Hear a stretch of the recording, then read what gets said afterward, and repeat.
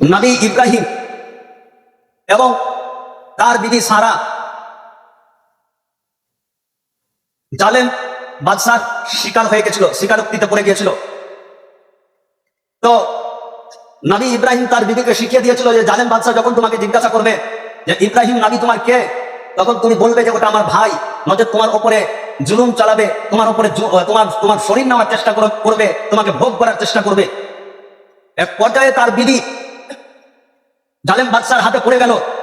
এবার পড়ে যাওয়ার পরে আল্লাহ তাআলাকে ডাকছে কিভাবে? নবী ইব্রাহিমের বিবি 2 রাকাত নামাজ পড়ে আল্লাহ তাআলার কাছে প্রার্থনা করছে, আল্লাহ তুমি হচ্ছে ইজ্জতের মালিক এবং কি তুমি হচ্ছে বেইজ্জতের মালিক, তুমি আমার আবরুকে হেফাজত করো, তুমি আমার ইজ্জতের রক্ষা করো, তুমি হচ্ছে রক্ষাকারী, তুমি যদি না রক্ষা করো এই পৃথিবীর মাটিতে কেউ রক্ষা করতে পারবে না। এই দোয়া যখন নবী ইব্রাহিমের বিবি করছে, যখন ওই জালেম বাদশা নবী ইব্রাহিমের বিবিকে ভোগ করতে যাবে, তখন হাত দুটা থরথর করে কাঁপতে লাগছে, পা দুটা থরথর করে কাঁপতে লাগছে, সারা শরীর থরথর করে কাঁপতে লাগছে। জালেম বাদশা বলছে, তোমাকে আমি স্পর্শ করবো না, তোমাকে আমি ভোগ করবো না, তুমি আল্লাহর কাছে প্রার্থনা করো যে আমার হাত গুলাকে ঠিক করতে বলো। 1 বার নয়, 2 বার নয়, 3 বার করে তাকে ধরতে যাচ্ছিল, কিন্তু যখনই ধরতে যাই হাত দুটা থরথর করে কাঁপতে লেগেছিল, সারা শরীর কাঁপতে লেগেছিল, পা দুটা কাঁপতে লেগেছিল, কিন্তু তাকে ধরতে পারেনি। তার কারণটা হচ্ছে ওই মেয়েটা হচ্ছে সতী মেয়ে, ওই মেয়েটা হচ্ছে অত্যন্ত ভদ্র মেয়ে, ওই মেয়েটা হচ্ছে আল্লাহ ভীরু মেয়ে, আল্লাহকে ডেকেছিল, তার সাথে সাথে ফল পেয়েছিল। সেইভাবে যদি আপনি আল্লাহ তাআলাকে রাজি করতে পারেন, সেইভাবে যদি আপনি আল্লাহ তাআলাকে খুশি করতে পারেন, সেইভাবে যদি আপনি আল্লাহ তাআলাকে রাজি খুশি করিয়ে নিতে পারেন, অবশ্যই আল্লাহ তাআলা আপনার দোয়া আল্লাহ তাআলা কবুল করবেন। কিন্তু আমরা তো সেইভাবে দোয়া কবুল, আমরা তো সেইভাবে আমল করি না, আমাদের দোয়া কবুল হবে কিভাবে? আমরা নামের মুসলমান, কিন্তু আমরা কামের মুসলমান হতে পারি নি। আমরা নামের মুসলমান, আপনার নাম আব্দুর রহমান, আপনি বলছেন যে আমি মুসলমান। আপনার নাম আব্দুল খালেদ, আপনি বলছেন যে আমার নাম আমি মুসলমান। আপনার নাম আব্দুল সাত্তার, আপনি বলছেন যে আমি মুসলমান। কিন্তু নামের মুসলমান হতে গেলে কোরআন এবং সহিহ সুন্নাতে আসতে হবে, আল্লাহ কি জিনিস জানতে হবে, নবী কি জিনিস জানতে হবে। তাহলে যে আপনি এই পৃথিবীর মাটিতে পাক্কা সাচ্চা ইমানদার হতে পারবেন, তাহলে যে আপনার কথা আল্লাহ তাআলা শুনবে, নচেত আল্লাহ তাআলা আপনার কথা শুনবে না। বহু নবী এই পৃথিবীর মাটিতে তাকে পরীক্ষায় করতে হয়েছিল, কিন্তু তারা সবসময় আল্লাহ তাআলার প্রতি ভয় রেখেছিল, তারা সবসময় আল্লাহ তাআলার উপরে ভরসা রেখেছিল। নবী ইব্রাহিমকে আগুনে ফেলে দিয়েছিল, নবী ইব্রাহিম সবসময় আল্লাহ তাআলার উপরে ভরসা করেছিল। আল্লাহ তাআলা যখন ওই পরীক্ষাতে ফেলেছিল নবী ইব্রাহিমকে, ওই আগুন থেকে আল্লাহ তাআলা নবী ইব্রাহিমকে বাঁচিয়ে দিয়েছিল। নবী আইয়ুবকে অনেক বড় অসুস্থ হয়েছিল, নবী আইয়ুব পরীক্ষাতে পাস হয়েছিল। নবী মুসাকে পরীক্ষায় করতে হয়েছিল, নবী মুসা পাস হয়েছিল। একজন নবী ছিল, তার নাম হচ্ছে নবী ইব্রাহিম, নবী ইউনুস কত বড় পরীক্ষায় ফেলেছিল আল্লাহ তাআলা, একটু শুনুন। নবী ইউনুস মাছের পেটে খেয়ে নিয়েছিল, অর্থাৎ মাছের পেটে চলে গিয়েছিল। একে তো দুনিয়া পৃথিবীর অন্ধকার, দ্বিতীয়তে আপনার মাছের সমুদ্রের নিচে চলে গেল। সমুদ্রের নিচে যখন গেল তখন তাকে মাছে গিলে নিল। এবার যখন গিলে নিল তখন নবী ইউনুস মনে মনে ভাবলো যে হয়তো আর আমি বাঁচবো না, আমাকে মাছে খেয়ে ফেলবে। এই মন্তব্যটা করেছিল নবী ইউনুস। 40 দিন একটাই দোয়া সব সময় করেছিল যে লা ইলাহা ইল্লা আনতা সুবহানাকা ইন্নী কুনতু মিনাজ জালিমিন, লা ইলাহা ইল্লা আনতা সুবহানাকা ইন্নী কুনতু মিনাজ জালিমিন। এই দোয়ার পাওয়ার কি, এই দোয়ার শক্তি কত, এই দোয়ার স্পিরিট কত, মাছে আর গিলতে পারলো না, তাকে ভূমির মাধ্যমে সমুদ্রের একটা কোণাতে তাকে ভূমি করে উগলে ফেললো। আমি আপনাকে বলতে চাইছি শুধু বুঝাবার ক্ষেত্রে যে আপনি যদি আল্লাহ ভীরু হন, আপনি যদি আল্লাহওয়ালা হন, আল্লাহ আপনার হবে। আপনি যদি আল্লাহওয়ালা হন, আপনি যদি আল্লাহর বন্ধু হয়, আল্লাহ তাআলা আপনার বন্ধু হয়ে যাবে।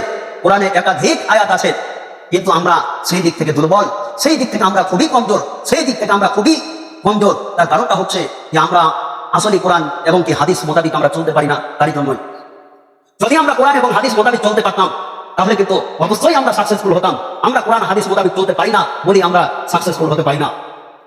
আজকে নবী মুহাম্মদ সাল্লাল্লাহু আলাইহি ওয়াসাল্লাম যেই সব কথাগুলো বলে গিয়েছে, নবী মুহাম্মদ সাল্লাল্লাহু আলাইহি ওয়াসাল্লাম ইসলামের জন্য অনেক কষ্ট করেছে, উম্মতের জন্য অনেক কষ্ট করেছে এবং কি কোরআনের জন্য অনেক কষ্ট করেছে। নবী মুহাম্মদ সাল্লাল্লাহু আলাইহি ওয়াসাল্লামের কথাগুলো আমরা কিঞ্চিত পরিমাণ প্রাধান্য দিই না। নবী মুহাম্মদ সাল্লাল্লাহু আলাইহি ওয়াসাল্লামের কথাগুলো আমরা একটুকুনো মেনে চলি না। নবী মুহাম্মদ সাল্লাল্লাহু আলাইহি ওয়াসাল্লাম কত কষ্ট করেছে। নবী মুহাম্মদ সাল্লাল্লাহু আলাইহি ওয়াসাল্লাম যখন মক্কা থেকে তাইফে গেল, তাইফের মাটিতে যে তার দাওয়াত ছিল একটাই যে তোমরা বাপ-দাদার ধর্মকে পরিত্যাগ করো, তোমরা বাপ-দাদার ধর্মকে ছেড়ে দাও, তোমরা এক আল্লাহর প্রতি ঈমান নিয়ে আসো। আর আমি আখিরি নবী, আমি নবী মুহাম্মদ সাল্লাল্লাহু আলাইহি ওয়াসাল্লাম তোমরা আমাকে নবী ও রাসূল বলে মেনে নাও। নবী করিম সাল্লাল্লাহু আলাইহি ওয়াসাল্লাম যখন এই বার্তাটা ওই গায় মুসলিমদের কাছে পৌঁছাতে গিয়েছিল, ওই বেঈমানদের কাছে পৌঁছাতে গিয়েছিল, ওই বেঈমানেরা নবীকে খ্যাপা বলে আখ্যায়িত করেছিল, ওই বেঈমানেরা নবীকে পাগল বলে আখ্যায়িত করেছিল, নবীকে এত মার মেরেছিল, নবী আমার সারা শরীর দিয়ে রক্ত, নবীর সারা শরীর দিয়ে রক্ত ঝরেছিল, নবীকে এত মেরেছিল, দাঁত ভেঙে দিয়েছিল, এমনকি এত মায়ের মেরেছিল, নবীর রক্তর চোটে, মায়ের চোটে নিজের জুতাটা পর্যন্ত খুলতে পারছিল না।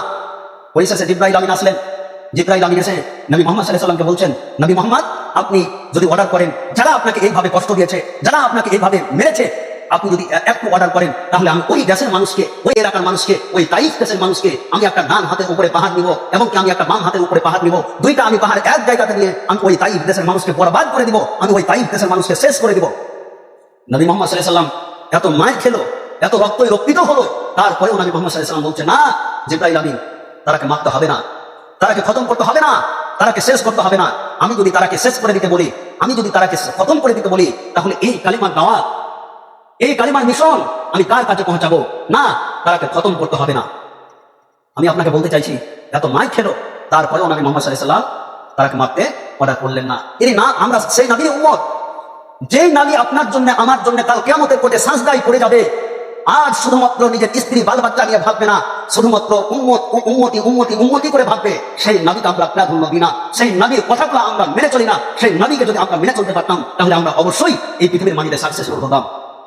কারণ নবীকে কেন্দ্র করে আল্লাহ তাআলা বলছেন, লাকাদ কানা লাকুম ফি রাসূলিল্লাহি উসওয়াতুন হাসানাহ। নবী মুহাম্মদ সাল্লাল্লাহু আলাইহি ওয়াসাল্লামকে আমি তোমাদের মাঝে নমুনা স্বরূপ পাঠিয়েছি।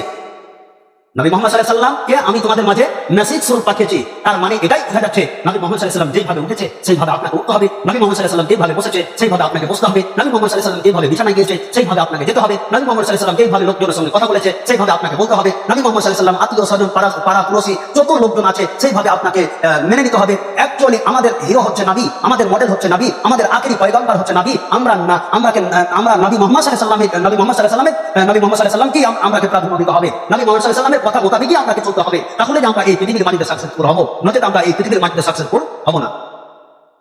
পৃথিবীতে যেদিন থেকে পৃথিবী সৃষ্টি হয়েছে, আদম থেকে নিয়ে নবী মুহাম্মদ সাল্লাল্লাহু আলাইহি ওয়াসাল্লাম পর্যন্ত, এমনকি দুনিয়া খতম হওয়া পর্যন্ত, অর্থাৎ কিয়ামত পর্যন্ত, পৃথিবীতে একটাই দামি লোক আছে, তার মতো সচ্ছল মানুষ, তার মতো ভদ্র মানুষ, তার মতো নেককার মানুষ, যেই লোকটা জীবনে একটাও মিথ্যা কথা বলেনি, যেই লোকটা জীবনে কোনো মানুষকে ধোঁকা দেয়নি, যেই লোকটা জীবনে কোনো মানুষের সঙ্গে বেইমানি করেনি, যেই লোকটা জীবনে কোনো মানুষকে কোনোদিন দুঃখ দেয়নি, সেই লোকটার নাম হচ্ছে নবী মুহাম্মদ। একবার জোরের সাথে বলুন সাল্লাল্লাহু আলাইহি ওয়াসাল্লাম। তার মতো সচ্ছল মানুষ, তার মতো ভদ্র মানুষ, তার মতো ভালো মানুষ পৃথিবীতে কিয়ামত পর্যন্ত আর আসবে না, কিয়ামত পর্যন্ত আসবে না। আমরা যদি তার কথাগুলোকে একটু প্রাধান্য দিতাম, তাহলে আমরা আজকে বিভিন্ন জায়গাতে লাঞ্ছিত, পদদলিত, পথভ্রষ্ট হতাম না। আজকে আমরা কোরআন এবং সুন্নাহকে ছেড়ে দিয়েছি, তাই জন্য আজকে আমরা লাঞ্ছিত, পদদলিত, পথভ্রষ্ট। আপনার মতো বান্দা বলতে পারি যে মুফতি সাহেব আমরা 5 ওয়াক্তের নামাজ পড়ি, কিন্তু দোয়া কেন কবুল হয় না? দোয়া কবুল হয় না কেন? আমরা নামের আহলুল হাদিস, আমরা কামের না। আমার বাড়ি মালদা, আপনাদের এলাকার কথা জানি না। আমার মালদা হরিশ্চন্দ্রপুর থানায় প্রত্যেকটা বাড়িতে বন্ধন লোনের সঙ্গে যুক্ত। আচ্ছা বাবা বলুন তো, ওই লোকটা, যে লোকটার বাড়িতে বন্ধন লোন আছে, সেই লোকটা দোয়া আল্লাহ তাআলা কিভাবে কবুল করতে পারে? না, কখনোই কবুল করতে পারে না। কবুল করবে কখন? আপনাকে হালাল খেতে হবে, হালাল জামা কাপড় পরিধান করতে হবে, হালাল রূপে চলাফেরা করতে হবে, তাহলে যে আপনার দোয়া আল্লাহ তাআলা কবুল করবে। নচেত আপনার কিঞ্চি পরিমাণ যদি আপনার ভিতরে হারামি ঢুকে থাকে, আল্লাহ তাআলা আপনার দোয়া কবুল করবে না। আপনাকে সাফ বুঝতে হবে, অর্থাৎ পরিষ্কার ভাবে বুঝতে হবে। আপনি যদি হারাম খেয়ে আল্লাহ তাআলার কাছে 24 ঘন্টা মাথা ঢুকেন, আপনার দোয়া আল্লাহ তাআলা কবুল করবে না। কি খেয়ে? হারাম খেয়ে। আর যদি হালাল খেয়ে যদি আপনি আল্লাহ তাআলাকে ডাকেন, আল্লাহ তাআলা তো বলেছে ফাজকুরুনি আযকুরকুম, তুমি আমাকে ডাকো আমি তোমার ডাকে সাড়া দিব, তুমি আমাকে ডাকো আমি তোমার ডাকে সাড়া দিব। হালাল খেয়ে ডাকেন, আল্লাহ তাআলা আপনার ডাকে সাড়া দিবে।